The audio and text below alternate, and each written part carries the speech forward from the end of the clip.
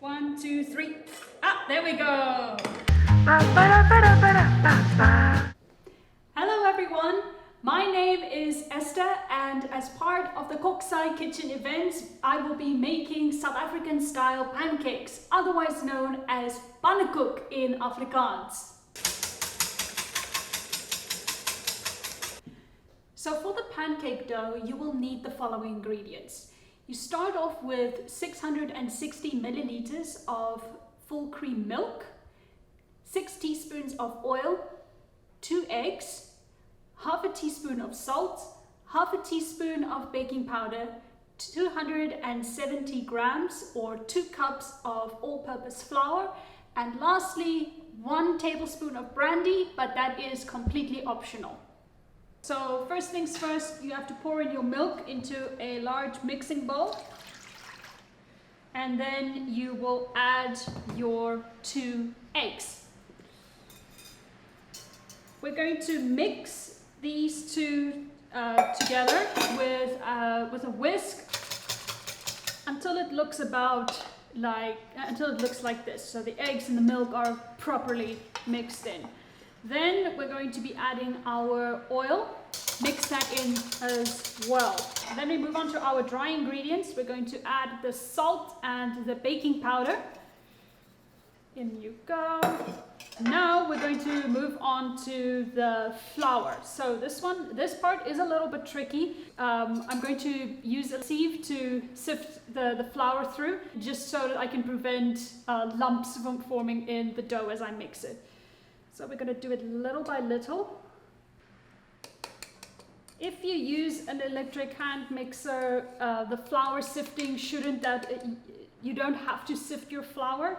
I'm just doing this as a precaution because we are using the whisk. And then with your whisk, you mix the last bit of flour in your dough. And this is how your dough should look like by the time you've finished. So for the pancakes, we will be making 2 types of filling, a sweet filling and a savory filling. For the savory filling, we will be making a meat sauce, or a bolognese if you want to call it that, and we will need the following ingredients. 500 grams of ground meat, it can be beef, pork or lamb. You will need 2 onions, at least 2 cloves of garlic.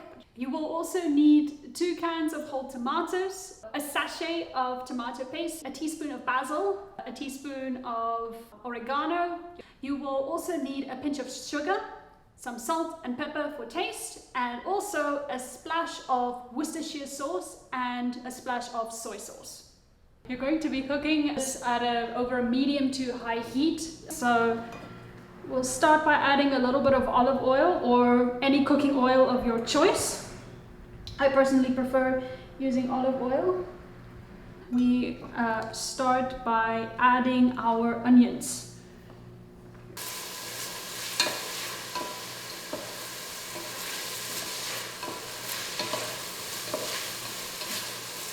And now you are going to take your garlic. And take your garlic and add that with your onions. Once you smell it's getting caramelized, you can take your ground meat and start putting that in. But just make sure that your stove is not at its highest setting, because the meat browns very quickly.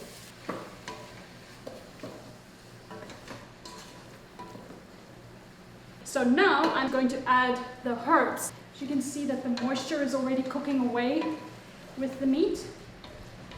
Now comes the part where you add in your canned tomatoes. Pour that in, and then with your spoon you smush the tomatoes, break it up, mix it into your sauce. So now we have our meat, onions, garlic, herbs and cans of tomato in. And now we are going to put in our packet of tomato paste. About 6 teaspoons worth of tomato paste. And now we're going to get to our liquids, our soy sauce and our Worcestershire sauce. And we mix that thoroughly. This is the part where we take a pinch of sugar, just a little bit. So remember to add the last of your pepper. Stir your sauce thoroughly before you take out your spoon, and then remember to cover your sauce and let it slowly cook on a low heat for 25 to 30 minutes.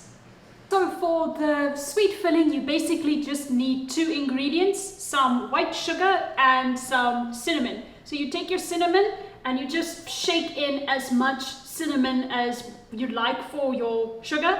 And once you're satisfied, you just take a spoon and just mix thoroughly. I recommend that you use a non-stick pan for your pancakes. It's just going to make the whole process a lot easier. You're going to add a little bit of cooking oil, just a tiny bit, just a little bit of cooking oil. It should be about like this.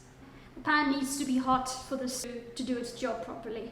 With a soup ladle, you're going to take some of the dough, you're going to add some of the pancake dough into your pan. And you need to roll it around so that it covers the whole bottom of the pan.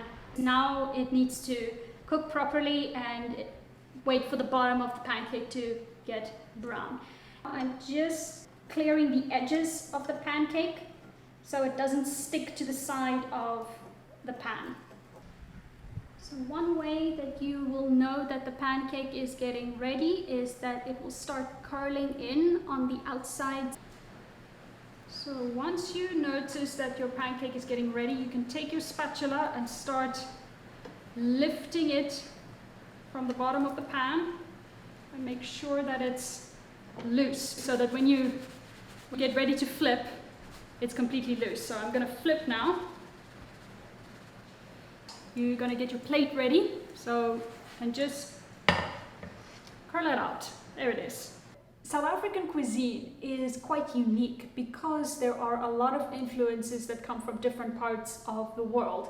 Apart from the obvious indigenous influence in South African cuisine, there are also a lot of recipes and cooking practices that come from countries like Portugal, France, Germany, Britain, and then all the way to India and Southeast Asia.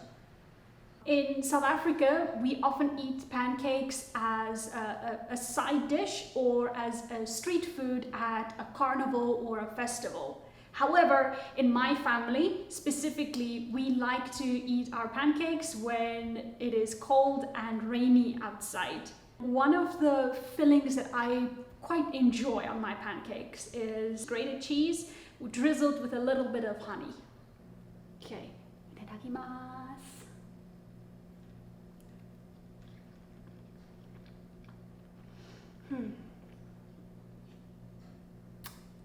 This is really nice.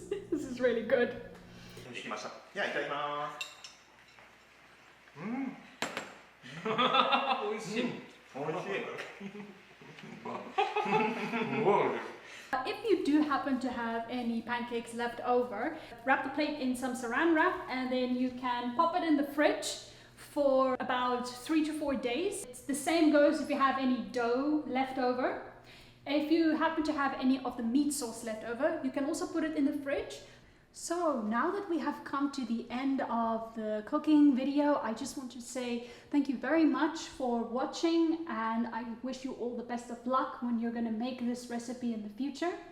Sayonara and happy cooking!